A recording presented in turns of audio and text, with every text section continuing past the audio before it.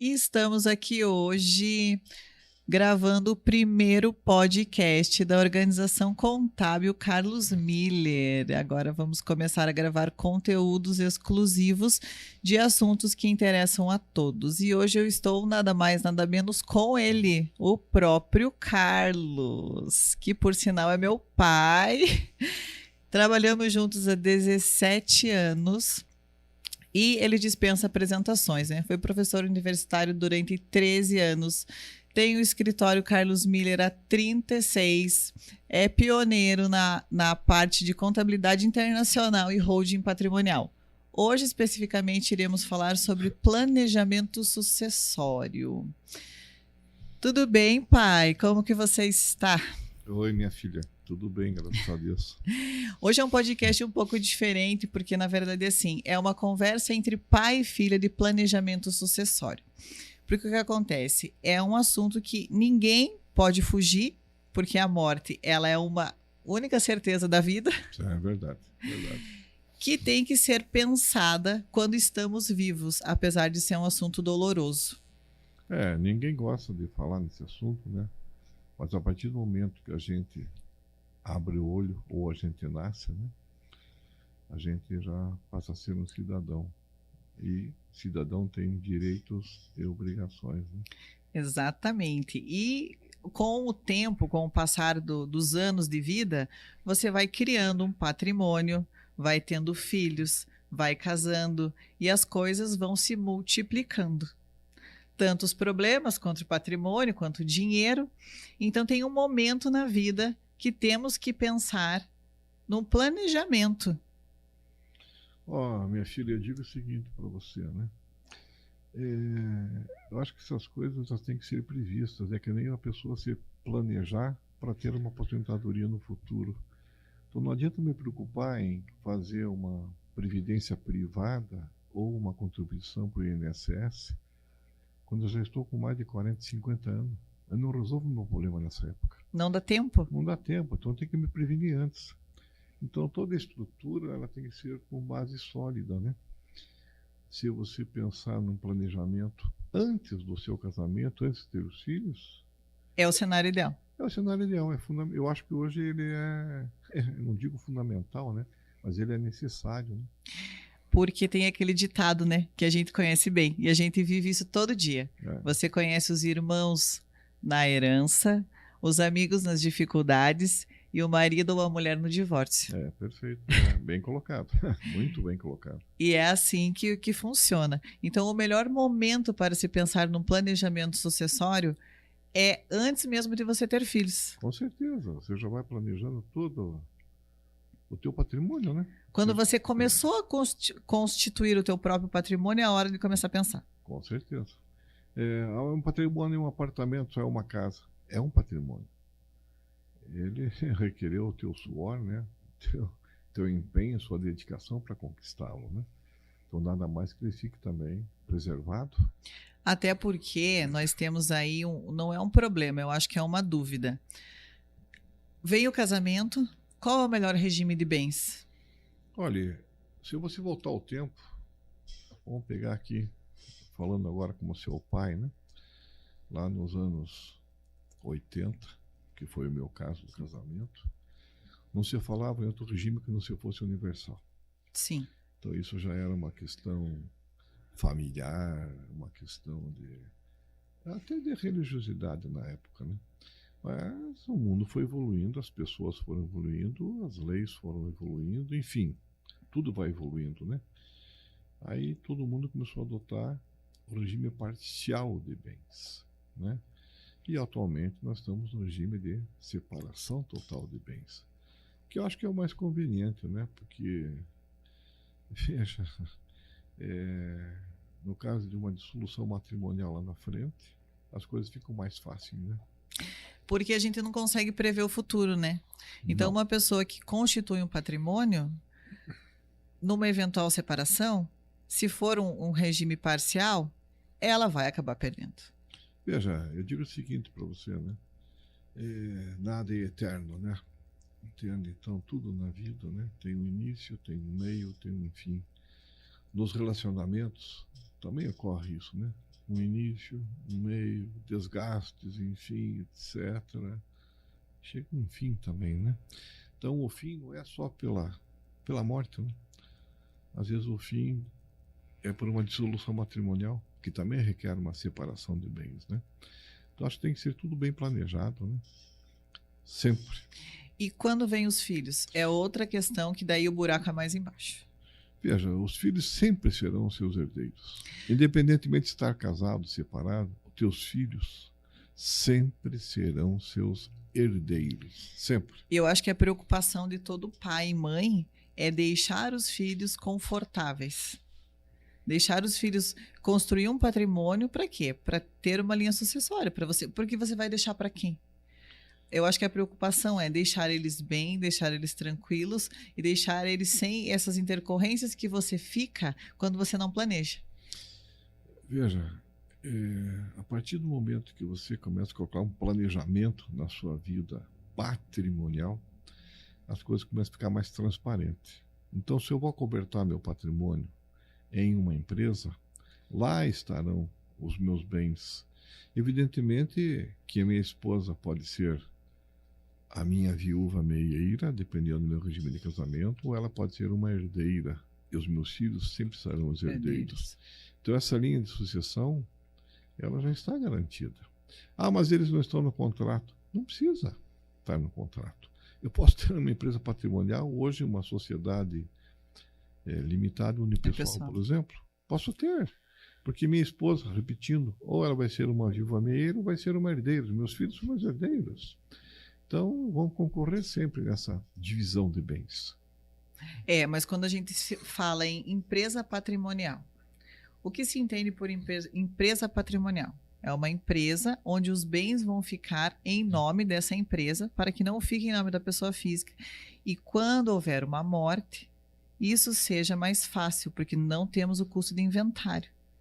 Veja, eu digo para você que desse custo ninguém escapa, né? Se os filhos forem maiores, a gente vai ter um arrolamento. Sim. Então eu preciso que juridicamente exista essa transposição dos meus bens, que no caso de uma empresa vão ser cotas ou ações, para os meus herdeiros ou para minha viúva meieira e meus herdeiros filhos, né? Então eu não escapo do arrolamento ou o inventário. Quando que ocorre o inventário? Quando os filhos são menores. Aí eu preciso de uma assistência do Estado para garantir o quinhão dos meus filhos menores. E também sou obrigado a fazer inventário quando existe um testamento. Então não consigo fazer arrolamento. Mais um tópico que é importante, se eu tiver algum filho especial, também não posso fazer arrolamento, tem que fazer inventário. Então a lei protege, né? Eu acho isso muito inteligente também. Então você veja, esse planejamento sucessório, eu tendo uma pessoa jurídica, se eu tiver N imóveis, esses imóveis vão estar acobertados numa pessoa jurídica. Então na minha declaração de imposto de renda eu vou ter lá X mil cotas ou ações. É aquilo que eu vou arrolar ou vou inventariar. Então o trabalho torna-se muito mais fácil para as partes, né? E estando numa empresa, vai estar evidentemente todos os fatos contábeis lá demonstrados, né? Sim. Então fica, e se veja, né? Estando numa empresa, pela morte, a empresa continua. Então eu tenho continuidade. Eu não preciso esperar sair o inventário, o rolamento, para me dar sequência nos bens. Os bens continuam na empresa. Lá. Porque a gente pode ter a empresa para proteção do patrimônio pessoal, pensando numa linha de sucessão, ou como rendimentos. Também, são os dois casos. Se você for pensar que você tem imóveis locados, numa pessoa física, estou sujeito a uma alíquota de até 27,5%. Ok? Rendimento tributado, final do ano, que somam-se com outras rendas. Né? Se eu tenho bens locados para uma outra pessoa física, eu sendo pessoa física, eu tenho obrigatoriedade do famoso carnelhão, né? Se eu, pessoa física, aloco com uma pessoa jurídica, essa pessoa jurídica me pagar, já retém o imposto, né?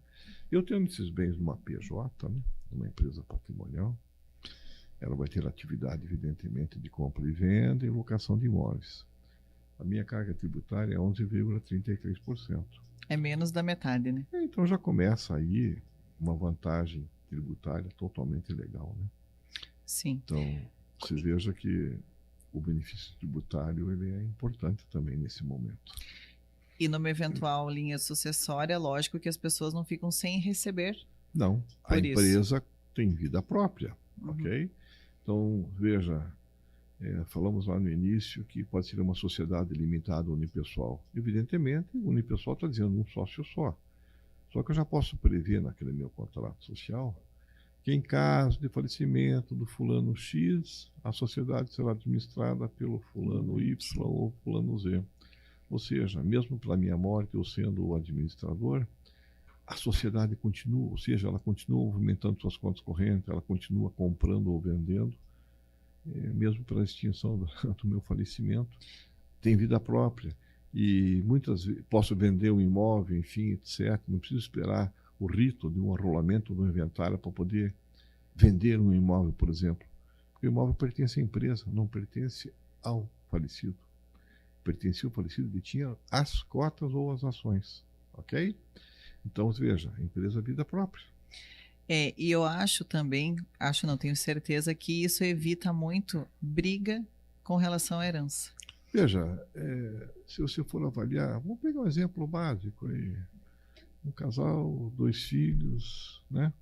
Vamos supor que seja uma sociedade limitada e pessoal e que a gente tenha previsto que, no caso de falecimento, a sociedade será administrada pela senhora tal, que seria a esposa.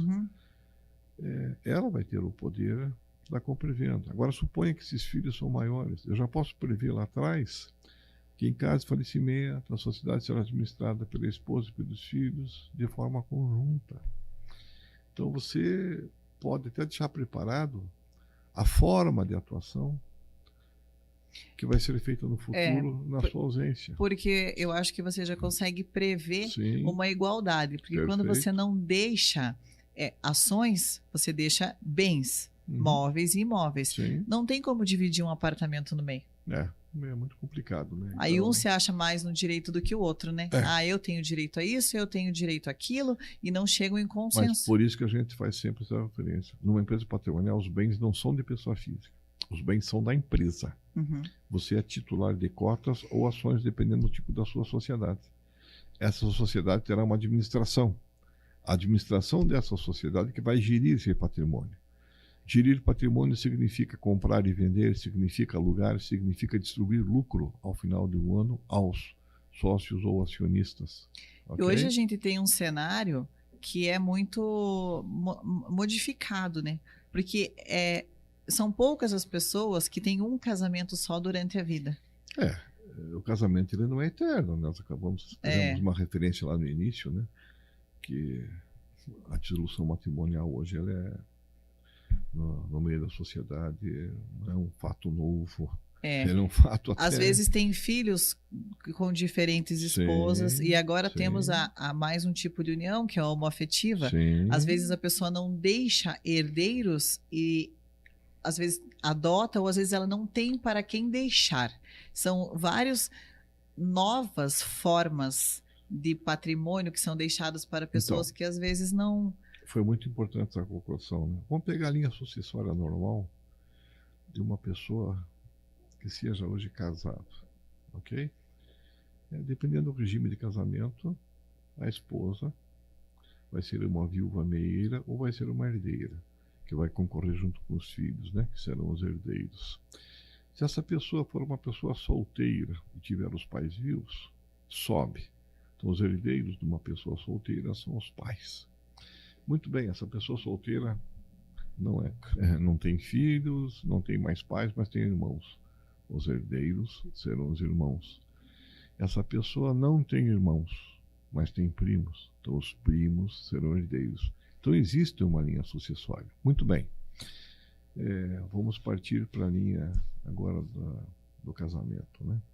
Casou pelo regime parcial, né? Então, nesse caso, é uma viúva meieira. Todo o patrimônio vai 50% para a viúva meieira, pelo regime de casamento, e os outros 50%, se forem 2 filhos, 25% para cada um. Se os bens estão arrolados numa pessoa jurídica, nós vamos dividir cotas ou ações, ok? Então essa é a linha sucessória, é dessa forma que está contemplado. Mas às vezes os filhos podem ser prejudicados, porque se essa viúva Meira tiver um filho de um outro casamento, quando ela morrer, esse filho Sim. vai ter direito a uma herança que teoricamente veio de lambuja para ele. Porque ele não teria nem... Na verdade sim, porque ele não é fruto de uma relação do mesmo pai, vamos colocar Mas dessa ele é forma. herdeiro dela. Mas ele é herdeiro dela. Ele vai concorrer pelo falecimento dela nos 50% que ficou para ela. Ou seja, então vamos voltar lá. Ela, um filho que não faz parte desse casamento, que tem 2 filhos, vamos chamar aqui de naturais ou legítimos. Muito bem, faleceu ele, 50% para ela, 25%. No falecimento dela, esses 50% terão 3 herdeiros. Então, Sim, o filho dela vai concorrer com a herança dos outros, que era do patrimônio do... O que a gente não tem numa união, numa separação total de bens. Não vai fugir muito, não. Vai ser a mesma linha sucessória. Mesma linha sucessória. Mesma coisa da união estável. Mesma coisa. Não vai fugir. Antigamente, chamava-se, né? Antigamente, por favor, crime de adultério. Então, se o marido ou a mulher pegassem alguém em adultério, saía-se do casamento sem nada. Isso mudou-se, né? Pela própria evolução dos tempos. Então, hoje, não. Hoje não existe essa desigualdade, adultério, não tem mais crime de adultério. No caso de uma separação, aí os bens são partilhados da mesma forma também. Aí reúne-se marido e mulher e dividem os bens, né? Sim, mas quando não temos a empresa patrimonial como uma opção, num planejamento, se torna muito caro para os herdeiros receber esses bens. Veja, uma coisa é eu fazer uma alteração de contrato, onde a gente não tem um custo de transferência de ações. Dizer que saiu fulano por falecimento, entrou YA depois de ter feito o arrolamento do inventário, né? Outro é ficar correndo atrás de matrículas, de imóveis, não sei o quê, mas não sei o quê, avaliação daqui, avaliação de lá. É muito mais complicado. Você, numa empresa patrimonial, você está centralizando o patrimônio em uma empresa. Você, na tua linha de imposto de renda, você vai ter uma linha só. Uma linha. Se você tiver 10 imóveis, você tem 10 linhas. São 10 preocupações, sabe? Sim. Então, a gente comentou, a evolução dos tempos, tem que se evoluir, você tem que tentar minimizar o problema lá para frente. Tudo aquilo que ficar mais transparente hoje é muito mais fácil para o futuro.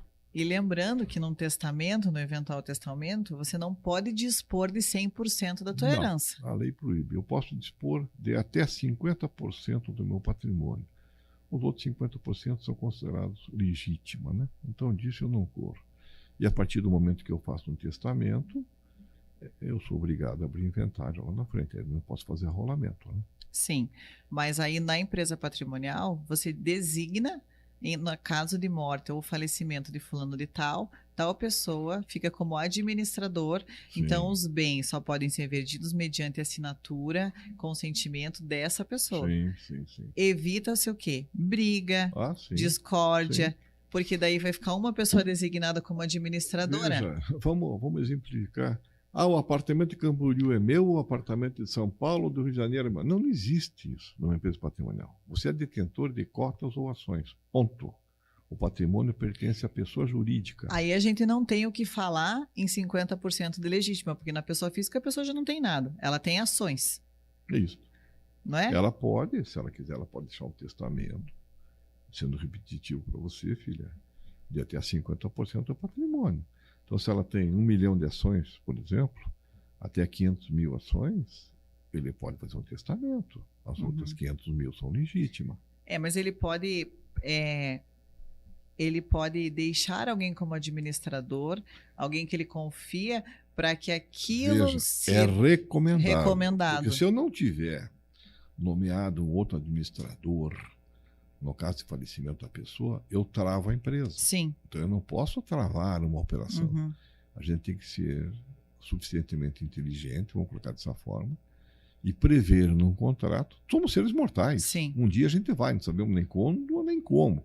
Então, no contrato, eu tenho que prever, no caso de falecimento do fulano a sociedade será administrada por fulano ou fulana B.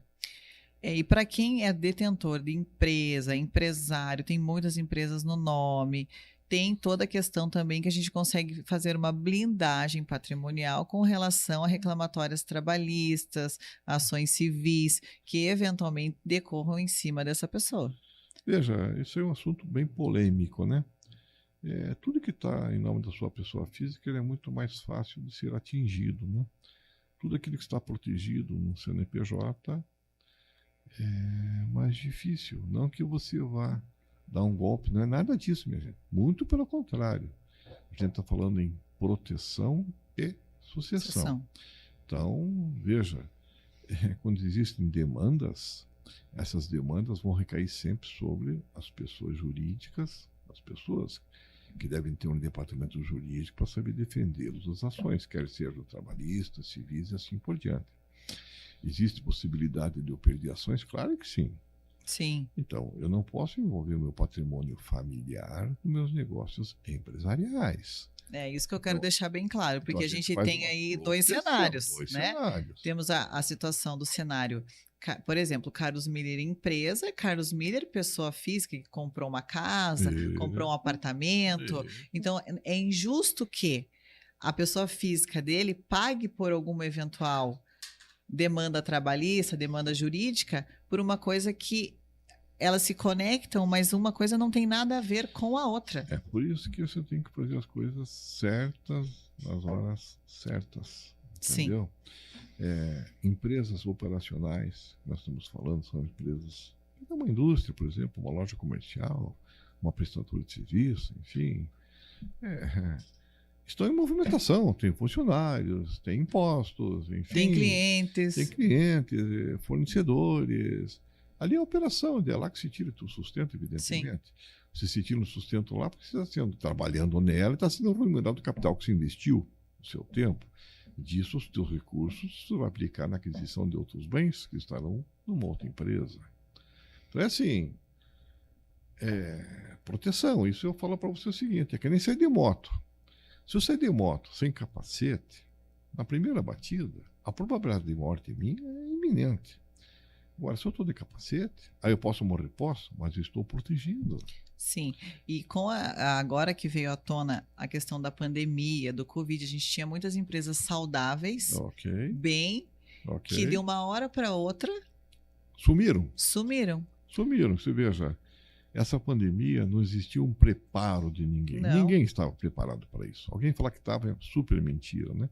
Se você pegar a quantidade de restaurantes que tínhamos antigamente, olha quantos foram reduzidos. Por quê?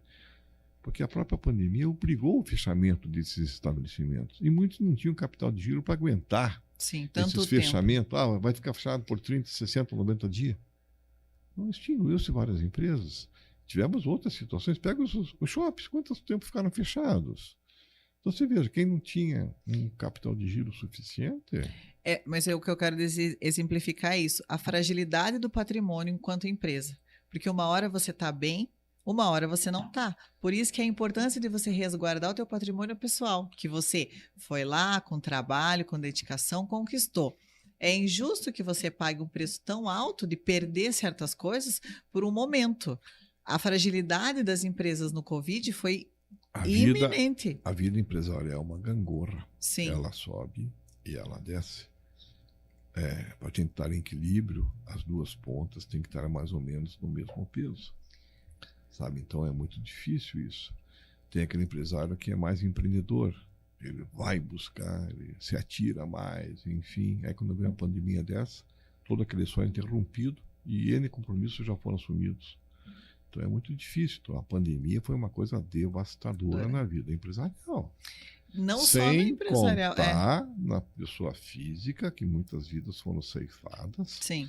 Que não houve nenhum tipo de preparo nas linhas sucessórias. Você acompanhou lá. quantos e quantos falecimentos a gente teve.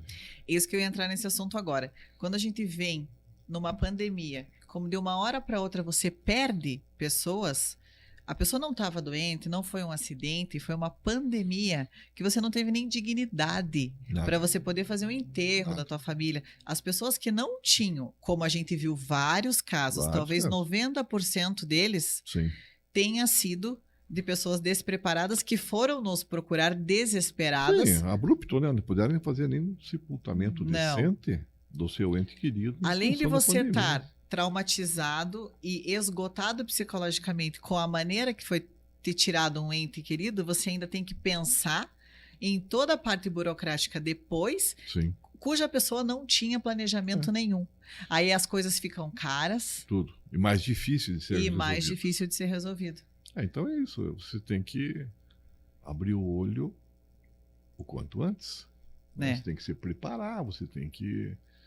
Sabe, a vida é assim. É como eu falei no início. A partir do momento que você abre o olho para a vida, você tem que respirar, você tem que comer, você tem que dormir, você tem que... enfim, tudo. E como se muitos... pessoas mais velhas morreram, sim, mas muitos jovens que estavam em ascensão acabaram perdendo a vida. Então, o Covid foi eu acho que serviu para abrir os olhos mais ainda para essa questão de holding. Veja, não é só nisso, você também participou lá civil, com as separações também. Muitas separações. A convivência resultou também das pessoas, até é difícil colocar essa palavra, não se suportarem mais entre si. Sim. Então, olha quantas separações nós vimos lá, dissoluções matrimoniais, pela não possibilidade de convivência, de estarem juntos das 8 da manhã às 8 da manhã do outro dia, não conseguiam mais conviver. Então, por isso que eu falo, a pandemia ela foi um regulador, né, de muitas coisas. Muitas coisas. E, inclusive, a empresa patrimonial, ela tende muito a serventia em caso de separação. Com certeza. Porque, do mesmo jeito que a vida é uma ruptura, a separação também. Lógico.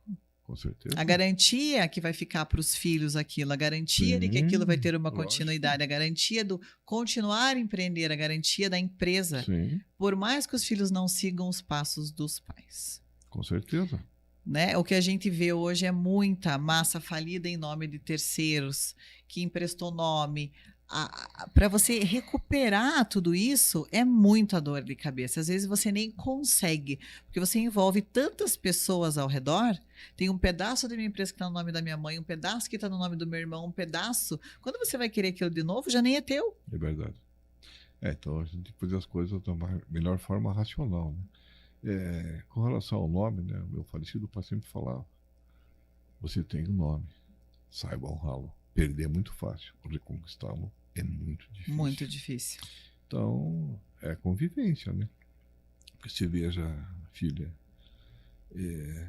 aqui teu pai falando, né? Era meu pai, minha mãe, eu e meus 4 irmãos. Eram os 5. Era a minha família, era a nossa família. A partir do momento que eu casei, né? E tive você e teu irmão, eu tinha a minha família. Então, aí eu tinha a família do meu pai com meus irmãos, e tenho a minha família, que é sua mãe, você e seu irmão. Aí você sai de casa, e hoje tem 2 filhas maravilhosas. Então você tem a tua família. Então você veja que o conceito de família, ele vai se abrindo. Ele se abre, mas ao mesmo tempo ele sempre continua misturado. Misturado, né? Mas veja que enquanto eu estava com meus irmãos, o gestor lá atrás era meu pai e minha mãe, né? Então era eles que tinham todo o pátrio poder, enfim, etc. Quando eu casei, eu já saí daquele seio familiar e tive a minha própria família. É o teu caso hoje também. Hoje eu tenho a minha família, o meu irmão tem a dele, mas nós dois trabalhamos junto com o pai no escritório, temos cada um nosso patrimônio, porém está tudo misturado. Isso. E como acontece isso com muitas pessoas, né? Porque às vezes o casal trabalha junto, o marido e a mulher, ou o pai e a filha, então o patrimônio acaba se misturando. Quando você tem um planejamento, você consegue dividir, fatiar esse bolo para que ninguém se sinta prejudicado. Porque na relação de sucessão, sabe, você tem que ser o mais justo possível. A lei protege, evidentemente, a lei determina o que e como. Sim. Isso está claro, né? Sendo repetitivo, eu posso dispor de 50% do meu patrimônio como doação, os outros porcento legítimo. Então isso é lei. Eu não posso dar mais do que 50%. Ponto. Uhum. Posso dar menos? Posso. Falar até. Uhum. Até. Ah, quero dar para quem? Para quem eu quiser. Não precisa ser laço consanguíneo. Eu posso deixar para quem eu quiser os outros 50%. Isso está na lei. Então, isso lá na frente, no caso de um falecimento meu, por exemplo, se fosse o caso, é indiscutível. Está lá, deixou um testamento. Ninguém consegue derrubar. Era a minha vontade da época. Não tinha nenhum tipo de problema, não estava demente, nada, deixei. Então, existe a proteção da lei. Entendeu? Então, mas é importante, eu acho que todo o patrimônio conquistado ele deve ser bem preservado, entende? E a partir do momento que você põe numa empresa, você é repetitivo, o patrimônio é da empresa. Você é uma sócia, cotista ou uma acionista, onde se tem, evidentemente, uma distribuição de lucro depois do fruto deste patrimônio. Porque o que a gente vê muito, que se torna burocrático, se torna caro, se torna difícil, é depois querer resolver. Não, hoje em dia não existe o depois, né? O depois querer resolver é muito complicado, porque envolve muita gente, envolve a separação dos bens que aquele falecido tinha, que aquele casal tinha, e sempre alguém vai se sentir prejudicado. Você veja, vamos pegar um exemplo. Se eu tenho um imóvel alugado de uma pessoa física, no meu nome, né? Tenho uma esposa e 2 filhos. Morri. O contrato de locação era eu com o meu locatário. Tecnicamente, esse dinheiro de aluguel que está entrando não pode ser mexido enquanto não for resolvido o inventário ou Os herdeiros, o arrolamento. Uhum. Que não é. É do espólio. Quem que é o espólio? O espólio é do falecido. Então, tecnicamente, esse dinheiro não pode ser mexido. Não. Enquanto não divisível o patrimônio.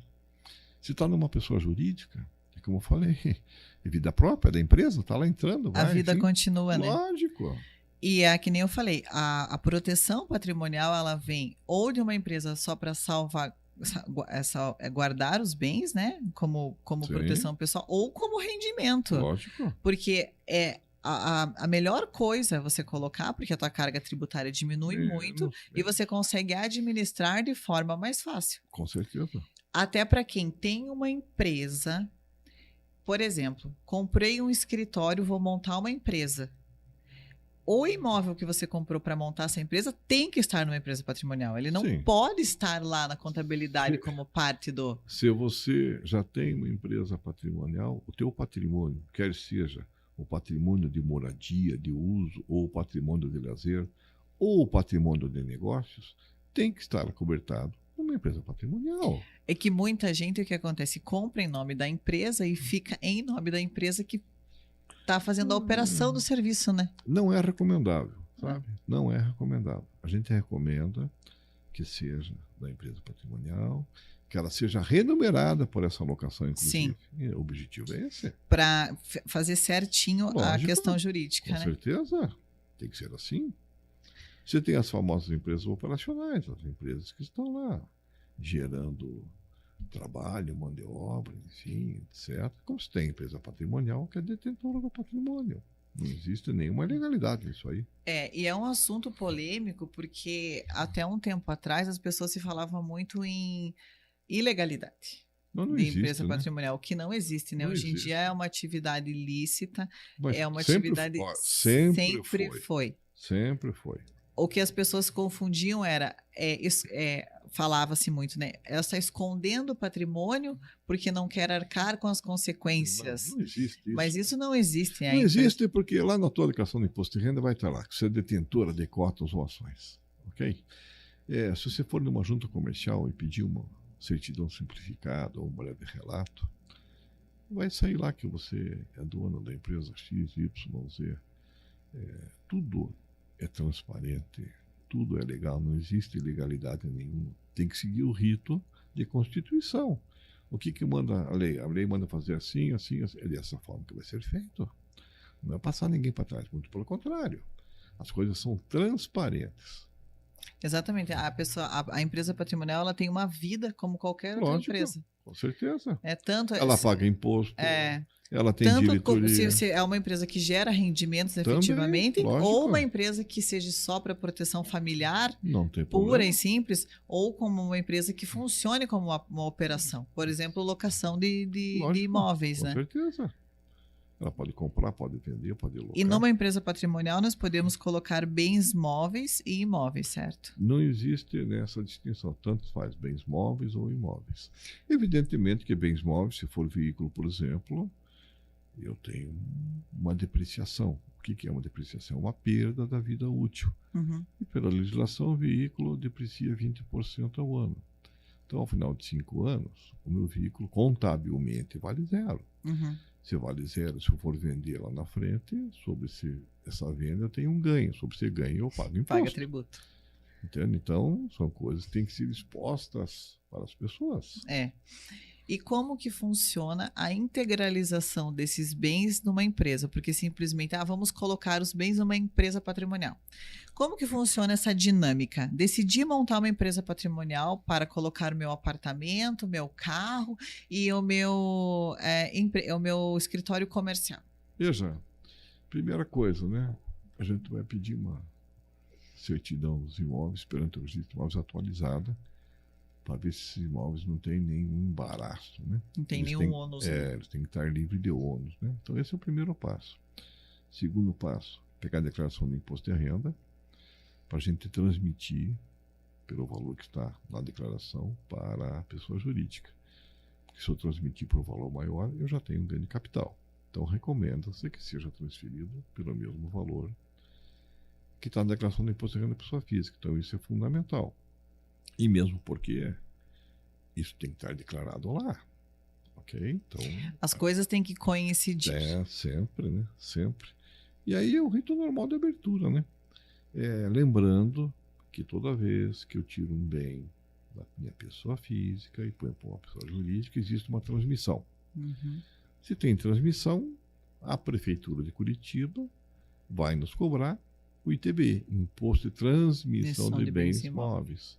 Atualmente 2,7%, valor de mercado avaliado pela Prefeitura. Então esse é um ônus tributário que eu tenho na Constituição. Então esse é daqueles bens que estão em meu nome que estou transmitindo para a minha pessoa jurídica. Se eu for comprar lá na frente, eu já compro em nome da pessoa jurídica? Sim. E sempre que eu comprar alguma coisa, eu vou pagar ITBI. Se eu compro na pessoa física ou na jurídica, eu vou pagar. É que você encurta o caminho, né? Se você já comprou com a empresa constituída, você não precisa fazer duas vezes. Com certeza. Senão você vai pagar dobrado. Mas a minha empresa não tem dinheiro para comprar. Não tem problema. Você compra com recurso teu, se empresta para a tua pessoa jurídica. Essa pessoa jurídica compra, se fica credor da sua própria pessoa jurídica e futuramente você pode integralizar capital com esse teu.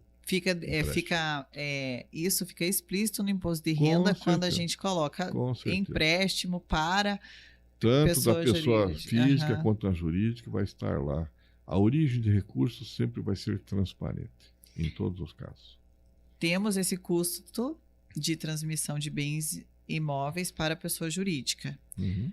Depois temos o custo habitual de locação, se a pessoa tem rendimentos com aquilo. Sim. Se ela for ter só como proteção, não há que se falar mais em custo. Não tem custo, né? Porque daí é uma continuidade, vida que segue na GIR. Sim. Por ser uma pessoa jurídica, existe um cuidado, né? Temos obrigações a cumprir perante a legislação federal, perante o município, sim. Enfim, tem que ter um escritório de contabilidade que cuide desta empresa. Do patrimônio. Do patrimônio. Mas quando há uma morte no meio do caminho, não há que se falar em tributação quando você transfere cotas. Veja, nós temos o ITCMD, Imposto de Transmissão Causal Morte e Doação. Se eu sou casado no regime parcial, a minha viúva meieira nada paga, mas os meus herdeiros vão pagar 4% do patrimônio que me for... que vier para mim, né? Então é o seguinte, atualmente, falando aqui no estado do Paraná, tem uma empresa patrimonial, evidentemente tem um capital social, tenho lucros, enfim, que constitui o meu patrimônio líquido. O estado do Paraná, quando é empresa patrimonial, Ele faz uma reavaliação dos bens a preço do mercado e vai me cobrar o ITCMD em cima do preço do mercado. Então, eu não fujo nunca do pagamento do imposto de herança, que chama-se ITCMD, quer seja na pessoa física ou na pessoa jurídica. Ok? Recentemente tivemos uma situação, a gente declarou o patrimônio líquido, mas o Estado pediu a abertura dos bens imóveis. A gente mandou para o Estado reavaliou e cobrou a transmissão pelo preço que ele arbitrou. Então, é desta forma que funciona. Assim como o ITBI, né? Porque a prefeitura arbitra. Na tua declaração de imposto de renda pode estar por 1 milhão, mas a prefeitura diz que teu imóvel vale 2, você vai pagar o ITBI sobre 2. Mas a transferência vai ser feita sobre 1. Sobre 1, exatamente. É então, a mesma... você não vai escapar, sabe? Não tem. Quer seja PJ ou PF, né? Pessoa jurídica, pessoa física. No caso de falecimento, haverá sempre o pagamento do tributo. Outra coisa que gera muita dúvida é a transmissão de bens quando sai da declaração de imposto de renda pessoa física, vai para o inventário, do inventário ou do arrolamento vai para os herdeiros. Ok. Nessa transição, os bens móveis e imóveis têm que sair pelo valor declarado também, senão é outro... Veja, aí nós temos várias vertentes, né? Se você for lá no Ganho de Capital, que é um programa fornecido gratuitamente pela Receita Federal, lá está bem claro ao que se sujeita o ganho de capital. E lá fala explicitamente que no caso de falecimento, se o valor de transferência dos bens dos recursos do falecido for superior àquele que estava na declaração de imposto de renda, haverá o ganho de capital. Ok? Então, tudo aquilo que você transmitir por valor superior que estava no teu imposto de renda, você está sujeito ao ganho de capital. Quem paga esse ganho de capital é o espólio, é o falecido, através do seu inventariante. Ok? Então, não há o que se falar. Se transmitiu por valor superior, vai pagar o imposto de renda sobre o ganho de capital. O ganho de capital ele é inevitável quando falamos aí em venda de imóveis Sim. ou móveis, né? Ele é inevitável. Sim. Então, quando não você vai fez o arrolamento e o inventário de acordo com o que estava na declaração, foi para a sua, vendeu depois por um valor superior, vai ter que pagar depois. Ou paga antes. Ou você paga aqui na transmissão ou na venda. Ou na venda. Veja, quando você está transmitindo para o inventário, os recursos financeiros são esparsos. Não existe muito recurso financeiro. Não. Na maioria dos casos. Na maioria dos casos. Então, às vezes, tem que até sacrificar algum imóvel por valor menor. Isso que eu ia falar. Às vezes a pessoa tem muito imóvel, muito patrimônio, mas ela não tem liquidez do dinheiro para poder fazer todo esse trâmite. Então é muito complicado. Veja, toda vez que ocorre um falecimento, tem que ter bom senso, discernimento, não sair correndo, querer fazer inventário, rolar. Calma, primeiro se orienta juridicamente e contabilmente. A figura do advogado e do contador devem andar juntas por ocasião da elaboração do inventário ou do rolamento. Você já participou muitas. Muitas. Você viu lá que às vezes acontecem situações lá que deixam a gente ter cabelo em pé. Sim. Entende? Então tem que ter muita cautela, sabe? São situações que deixam a gente abalado psicologicamente com o contexto. Exatamente. Né? Então tem que tomar muito cuidado, sabe? Já existe uma fragilidade pela perda do ente querido. E se você não tiver preparado aí por profissionais, tanto da área jurídica quanto contábil, o prejuízo é certo. E o que a gente está vendo muito hoje são herdeiros que vêm depois da morte. Veja, é uma situação que está ocorrendo corriqueiramente. Corriqueiramente. Filhos fora do casamento, Sim. União estável comprovada de anos e anos depois que a pessoa morre, as duas viúvas, né? Ou os dois viúvos. Chega a ser até engraçado. Duas viúvas.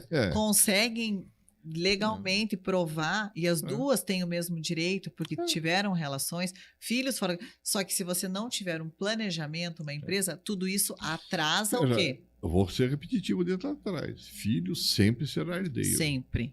Sempre Só que será quando herdeiro. vem um fora do casamento, tem todo o processo de reconhecimento de paternidade, isso vai travando, ou arrolamento, Você ou participou inventário. em várias situações lá, se viu o quanto isso é demorado e é caro, Caríssimo. entendeu? É muito caro, quer bem esteja na pessoa física ou jurídica, o imbróglio é muito grande, como se fala na gíria. Porque às vezes está distribuído, está tudo certo, aparece um Tem outro que reabrir filho, tudo. tem que reabrir tudo e fazer começar de novo, tudo de novo. sabe? Então é muito complicado, sabe? E ninguém tem bola de cristal para saber. Normalmente isso só ocorre depois do falecimento, né? Quando você vê pessoas estranhas Requerendo, né? Na gíria, Requerendo a parte. primeiro chorando no velório, onde são pessoas que não conhecem. Depois você vai saber que são teus irmãos. São irmãos, herdeiros, Sim, ou tem... até não vamos polemizar, mas isso você sabe que é comum. Se tornou corriqueiro. Se tornou né? corriqueiro. E claro que as pessoas veem uma oportunidade. Tá Porque certo, elas são. Veja, eu têm não digo direito. nem oportunidade, os filhos sempre Eles têm direito. são herdeiros. São herdeiros não e tem que ponto. escapar, ponto. A única condição que é sine qua non, que não tem questionamento, são filhos. Não, Que são herdeiros sempre. Sempre. Não digo, As viúvas, vamos colocar no plural, vão dividir pensão, algo do gênero. Aí não somos nós que vamos definir. Sim. Isso é o judiciário Aham. que vai ver quem tem direito ao que no caso das viúvas. Mas os filhos sempre serão herdeiros. Isso não tem o que discutir. Não tem o que discutir, né? Indiscutível. Indiscutível. Podemos discutir sobre direitos de ex-mulher, podemos discutir de tudo, mas filhos nunca. Nunca. Né? Filho é filho. Filho é filho. E também tem a questão dos divórcios, né? Tão polemizado nessa época de Covid, né? Muito. Que também entra aí na esfera das empresas patrimoniais, a ex-mulher com o ex-marido e os filhos dividindo a administração da empresa, muitos porque são menores ainda. Mas eu vou colocar uma situação até meio... Se você, hoje, na tua empresa patrimonial, vamos lá, você tem uma empresa patrimonial, aí eu vou uma dissolução matrimonial, o patrimônio for partilhado, aí eu fiquei lá com a minha empresa patrimonial e quero colocar os meus filhos na empresa patrimonial, e assim eu faço, né? Que eu espero que a linha natural da vida seja que eu sempre vá morrer antes dos filhos. Sim. Mas pode acontecer do filho morrer antes do pai. Neste caso, como eu já tive um divórcio litigioso, se eu coloco um filho menor na sociedade, pode ser até maior, né? Se ele for solteiro. Sim. Os herdeiros são os pais. Aí volta para a sociedade. No caso aí, a ex-mulher, né? Ou o ex-marido, né? Então tem que tomar cautela também na constituição e na concepção dos sócios. Então eu estou arrumando um problema para o futuro. Então veja, no caso de uma separação litigiosa, eu particularmente não recomendo que os filhos sejam sócios. Sim. Eles já são herdeiros naturais, gente. Não é necessário colocar numa sociedade. Sabe? E hoje tem a opção de a gente ter uma empresa limitada unipessoal. Lógico. Tem empresa por ações, tem N tipos de empresa que cada situação específica... Então, você veja, o que é bom para um, não é bom para outros. Então, por isso que eu digo, tem que ter um planejamento, tem que ser discutido, tem que ser colocado todos os pontos. E tem que existir uma transparência daquela pessoa que está te contratando para criar uma empresa patrimonial, né? Sim. Entendeu? Se existir uma transparência nesse momento, olha, eu tenho um filho fora do casamento que a minha família não sabe, quais são as coisas. Eu acho que a lealdade... eu acho que o contador e o advogado, eles são seus cúmplices. Pode usar esse termo, porque, veja, como é que você vai fazer um bom planejamento sucessório, familiar, enfim, etc., se você não sabe a verdade dos fatos? E o contador e o advogado são as pessoas que têm que saber da verdade para eles poderem melhor orientar e discutir e traçar melhor estratégia, dizer transparência é fundamental. Dizer qual que é a melhor empresa que se aplica, porque a gente tem N tipos de empresa. Então, para você pode ser um tipo de empresa, para mim pode ser outro. É que eu falei, o que é bom para um não é bom para o outro. Mas tudo aquilo que a gente pensa quando está vivo, sereno, é muito mais fácil. É muito mais fácil. Quando você tem... Com a pessoa viva, tudo se resolve com a pessoa falecida. Tudo não se resolve. E tem a questão também, a sua vontade vai ser feita. Lógico. Quando você morre e não deixa planejado, você não é nunca sabe complicado. se o que você sonhou, a tua perspectiva de vida, quando eu morrer vai acontecer isso. Porque todo mundo pensa, o dia que eu morrer eu gostaria que fosse não, assim. lógico. Quando você planeja, tudo vai ao encontro da... A chance de dar certo é Sim. muito maior, Sim, né? com certeza. Então, o tipo de empresa, o planejamento adequado, ele vem de uma boa contratação, Com de um certeza. advogado, de um contador e da lealdade. Com Porque certeza. nessa hora a gente é Filha, confidente. eu vejo quantas vezes se escuta lá no escritório, né? Não estou defendendo que não sou machista, muito pelo contrário, mas os clientes nossos chegando, porra, a minha casa que eu fiz com tanto sacrifício, agora tem outro lá, É. a minha ex, né? Então você sente, às vezes, a pessoa que não é raiva dela, ela tem uma mágoa, né? Tem uma mágoa porque é um patrimônio que ela construiu. Então você veja. E além de tudo, a gente tem o valor do patrimônio real, de mercado, e tem o valor do patrimônio afetivo. Então, mas você veja como mas eu digo, é muito complicado essa relação. Porque o valor do patrimônio afetivo é muito maior do que o de mercado. Lógico. Principalmente quando há filhos menores. Com certeza. Porque daí os direitos da mulher eles são mais resguardados, mais assegurados, porque tem os filhos, é ela que é detentora da guarda. Sim. Então tem toda essa questão afetiva também, que frustra demais as pessoas. Por isso que tem que ser bem pensado, para que aquilo não seja mais uma decepção no futuro. Porque do mesmo jeito que você saiu de casa, tem outro entrando. Mas com certeza, você sabe disso, você convive lá comigo, você sabe que isso é fatal, vai acontecer mesmo. Exato. Aí começam aquelas rusgas, né? Sim. Sabe? Então é muito complicado. Eu acho que tem que ter um planejamento, as pessoas têm que ser maduras, e sendo repetitivo, que é bom para um não é bom para outro, né? Então a coisa tem que ser feita com planejamento. E principalmente com antecedência. Não queira resolver, né? Não queira tratar um paciente com câncer com AS, ele não vai, né? Agora, se lá atrás for fazer o tratamento certinho, bonitinho... Preventivo. Não vai pegar, né? A probabilidade é bem pequena. Bem né? pequena. Sabe? Então, é assim, a vida empresarial, a vida não é diferente. É tudo que se planeja, você vai ser bem sucedido. Não tem como fugir à regra, né? Uhum. Transparência, a família está sabendo.